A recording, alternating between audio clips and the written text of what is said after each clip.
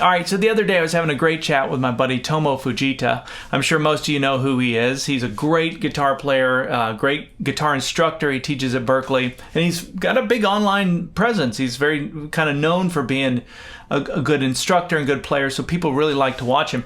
And anyway, we like to chat from time to time. We'll do FaceTime chats, and we were doing a FaceTime chat.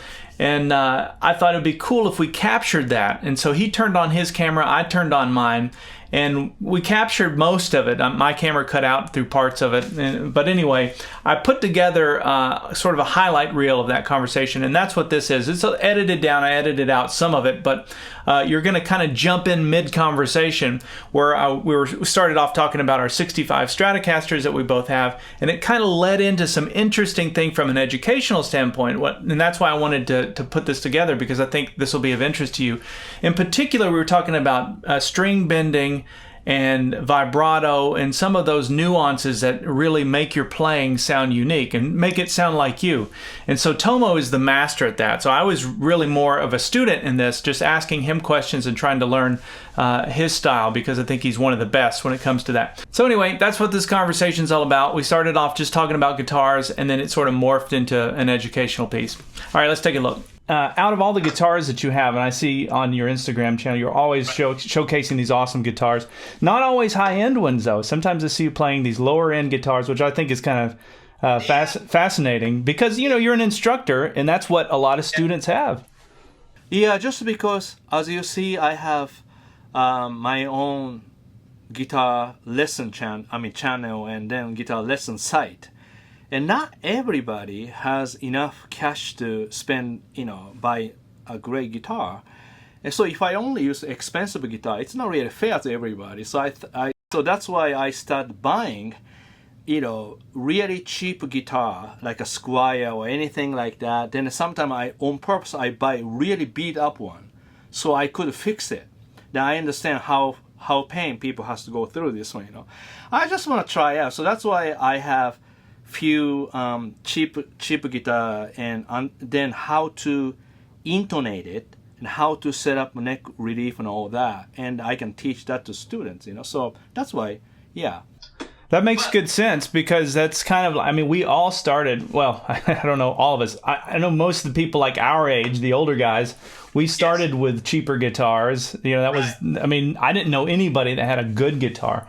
And so just to know how to use it and how to work a cheaper guitar and how to set it up, that'll do you well later in life. So it's a great strategy, actually. Yeah, so I thought, and then, okay, how to make cheap guitar sounds good. And number one, you have to really work on setup. But also second, you need to have a taste about a good guitar, a good amp sound. So sometimes I recommend people, go to music store, just play really good guitar and amp, or maybe borrow or go to a friend's house to play. Then remember the taste, that good sound. Then when you play cheap guitar, don't think cheap guitar. You almost as if you're believing this is the guitar. Yeah. So almost fool yourself. Then you can play well with a cheap guitar. It's a trick. Yeah. Why? Okay, well, I guess you answered that already. I was going to say why a 1965, but you didn't seek out a 65 particular. That just happened to be the one that the guy brought. No. This is really funny. I played so many vintage guitars, Strats, and I had a few friends who collect Strats, so I can really understand what year is what, And then I know the 50s, I know the 60s, and slab board, round board, and all that stuff. And I play many of them, and then later on I start kind of focusing on more like 63, 64, 65 round board. It's not a slab board. Yeah. And then I was born 9/11/65. So I thought, well, if I like those, why not just get my ear, Yeah, okay. Yeah, so then start looking for the 65. Then I realized each guitar slightly different neck profile. Yeah. Some guitar a little thin, some guitar kind of chunky. This is a little bit chunky side. Yeah, and they made them all by hand, all those necks, right? So they're a little different. Yeah, a lot of them sometimes kind of skinny, sound, but this one just right size. First thing I noticed, middle pickup.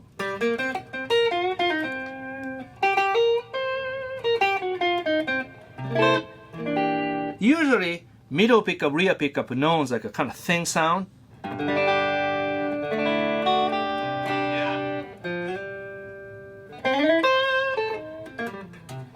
And rear pickup.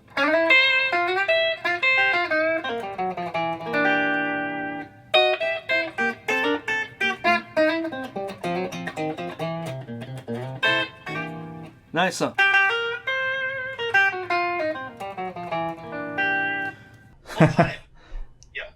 That's the to me that's the classic Tomo lick. When I hear you going, you're going. Yeah, there it is, right. That's so funny because anytime I hear that kind of like a bend as you're playing notes up the bend, I always think of you. That's kind of your signature thing. Yeah, but that's I don't know why that came up like I mean, it's really truth is like that lick really come from BB King. BB does it.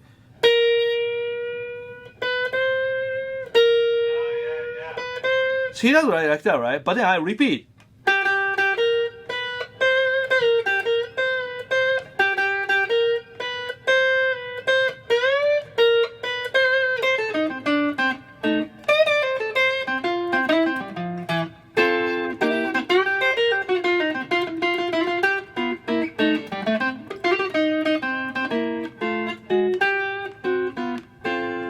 So I want people to understand, I really learn from BB King, but I just turn into my own sound, Yeah. Well, that's what you do. That's the thing that you don't want to sound exactly like somebody else, because then you're just plagiarizing. But if you can find little pieces of what you like from Jimi Hendrix or BB or whoever, and then put it into a blender, and then you get your thing. I'm always telling people that that are trying to sound like a certain artist. It's the real thing is to try and pull your sound out of it. It's kind of a hard thing to do in the beginning because you don't have a sound when you start. That's true. Yeah, I mean, beginning I just don't have any sound, and definitely Hendrix, BB King, even Hendrix, I idolize that. I mean, many years I was like, how you do that? But then I didn't know he was doing this, but I developed this.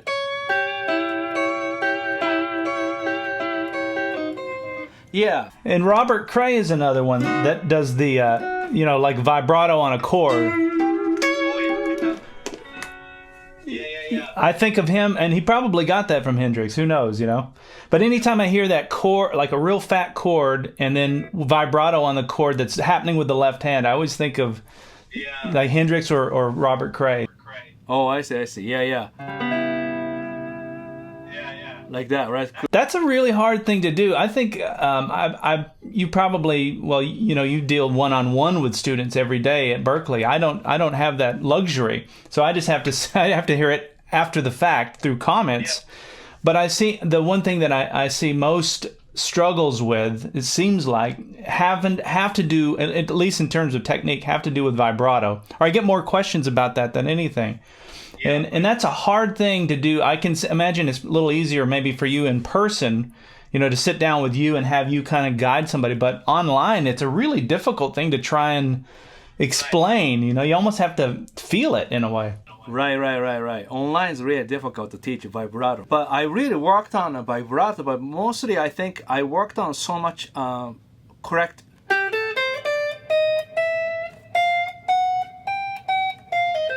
That was all.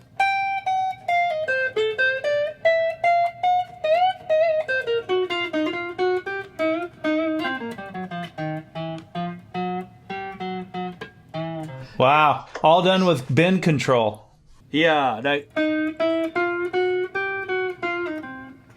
so first, usually I work on a bending control because bend is really important for blues rock guitar.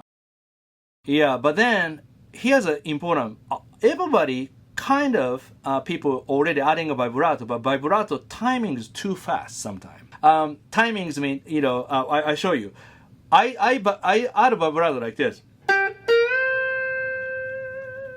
Wait for it to come in. Like the human voice, right? Yeah, so first pitch. That's interesting. I'm getting a lesson from Tomo right as we do this conversation. But you're right. I've never really thought about that. So most people, right, do like this word. Because a lot of rock guitar player does exactly like that. It's different though, isn't it, than if you're playing real slow and... Yeah. See, that's this. Brian, you bend the note, you sustain, couple of seconds, you add the vibrato. So that's very tasty. But most people kind of mixed up about vibrato and bending. So this is a bad example. I mean, then what happens every day?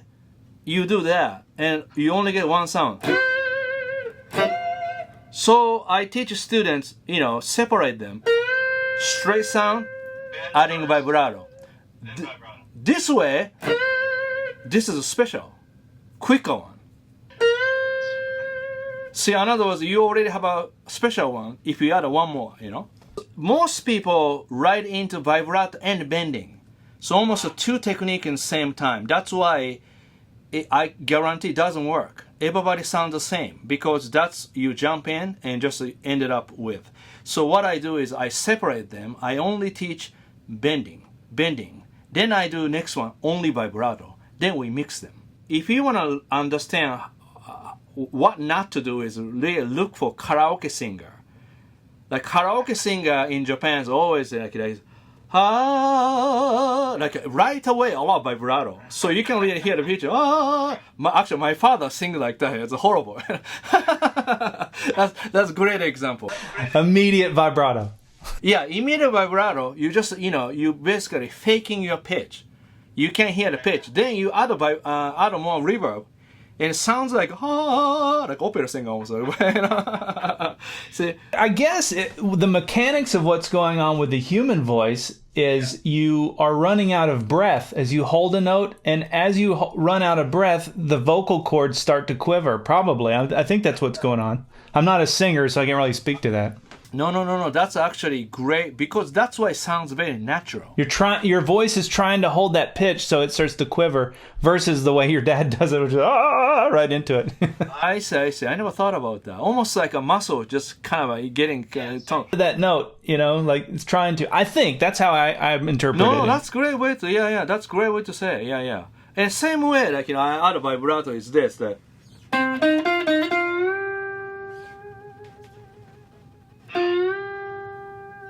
I imagine more like, notes become bigger. 2 seconds, like that. 1, 2. Here you go. Like that, Relax your finger and then you shake it so that the sounds become louder. Yeah. So like, for example, BB does, okay. This is you have to try too. When you add a vibrato, you have to play right position. In other words, if you try to go vibrato here, not great because fret is really wider and it sounds clean, not so much mid-range in it. But if you play 10th fret, 11th, 13th fret has more mid-range because the frets goes narrower. So like when I do,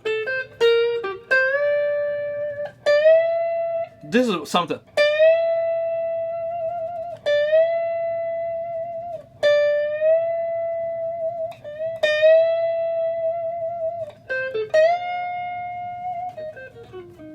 You have to pick something,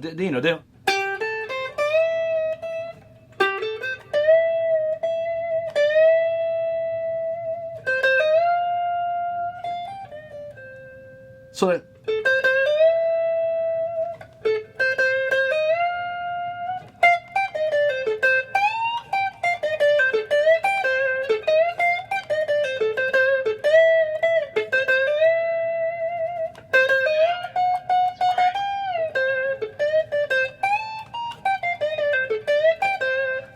So when I practice like this, if I hit like that, I play 10-15 minutes same place over and over. Well, yeah, because you're not worried about the other stuff. You're focusing on that one, on the vocal part of it.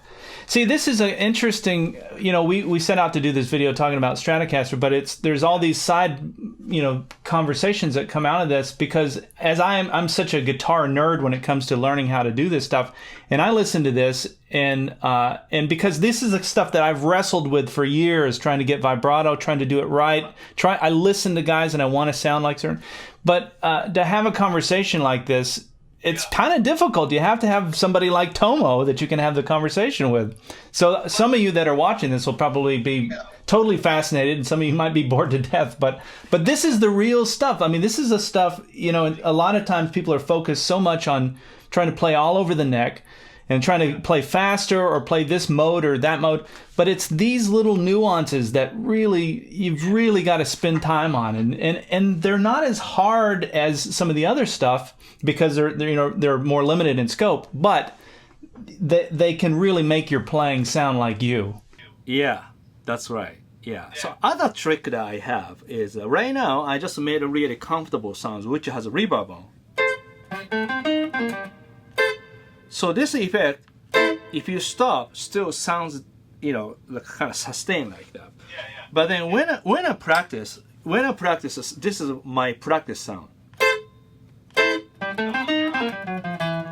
Because sound stop is stop. And you can hear everything that you're doing, not what the amp is doing.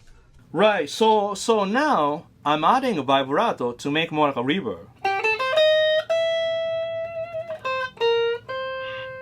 That's great advice, man. I never really thought about it. I always use a little bit of reverb on the amp, but you're right. If you turn it off, you've got to simulate the whole thing. But yeah, that's where I start listening, older BB King stuff like 1961, 62 instead of 64, 65.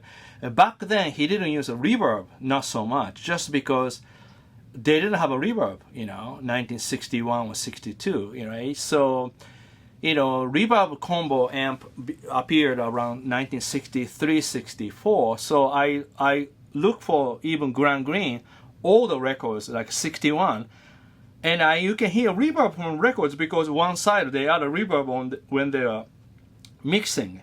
So that's when I noticed, okay, these guys, or even one Otis Rush, Cold in Hell, the album, slow boots he does, original one, it's no reverb, but the recording has reverb, sounds so great.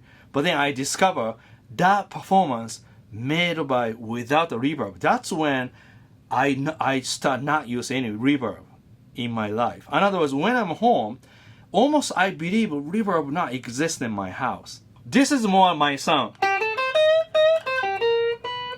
And this really, I can relate to Grand Green, BB King, anything late 50s, early 60s style. That means they hear more rhythm.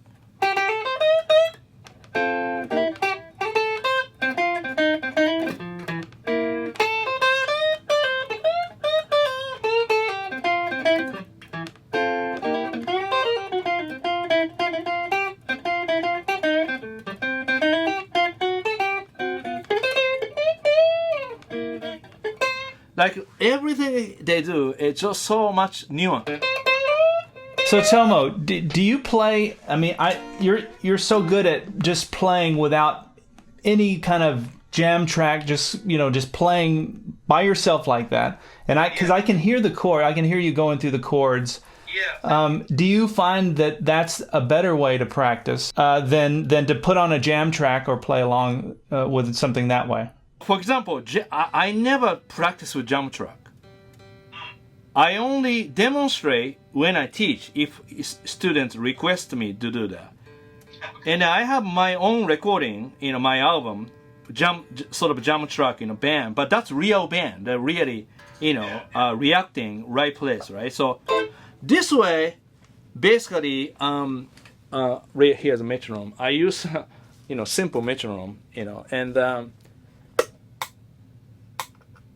like something like this, right? You hear the beat, right? A 1, 2, 3.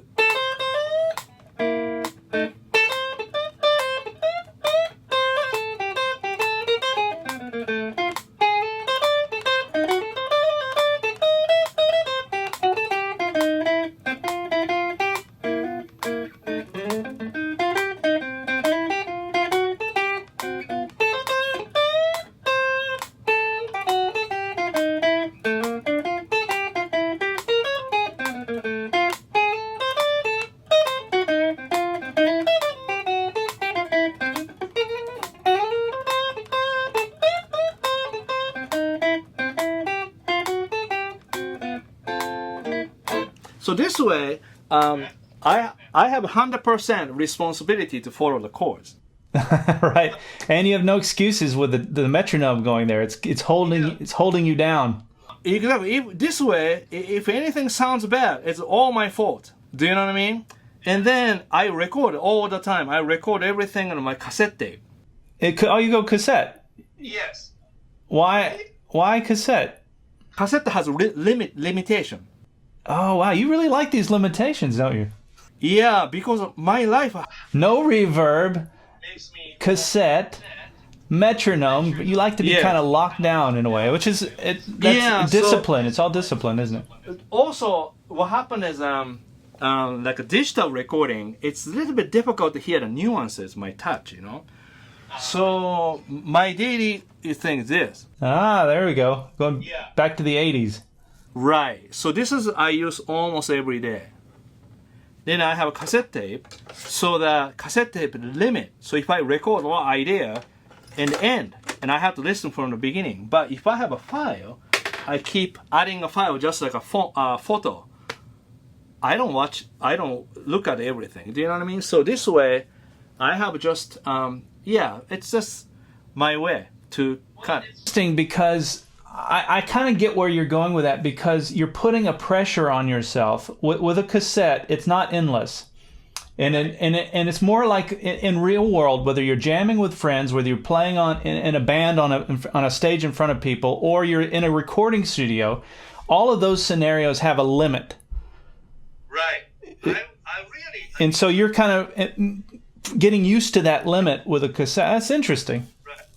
Like even like, you know, for example, B.B. King's playing, right? I mean, so fascinating, you know, so fascinating.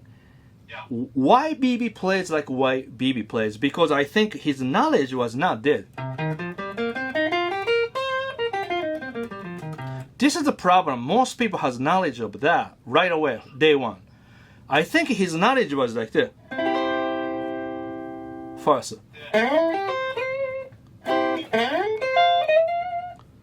So like sometimes I teach Berkeley, play like this. Like, okay, how about A blues?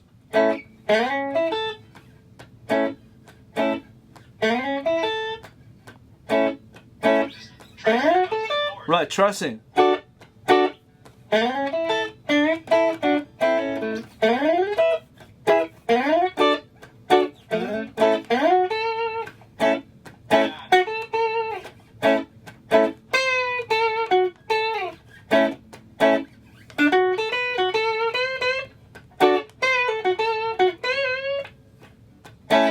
So this way, you have responsibilities. Keep playing same shape, but you know 1-4-5. Yeah, and then with BB, he would do the 6 or the 6 or the 13. That note. So if you just throw that one note in, you make it go from being sort of just a major chord to kind of a BB. Yeah, so that's again horns, like chromatic, 3rd, 5th, 6th.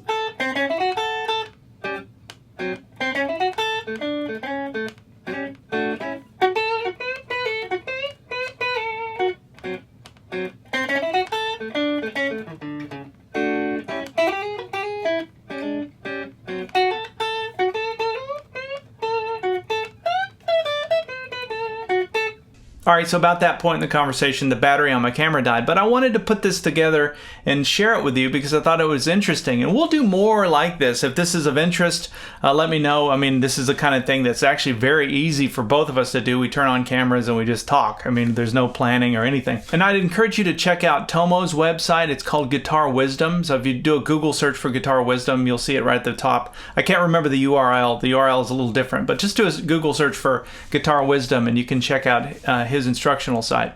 All right, I hope you've enjoyed this. We'll see you in the next video.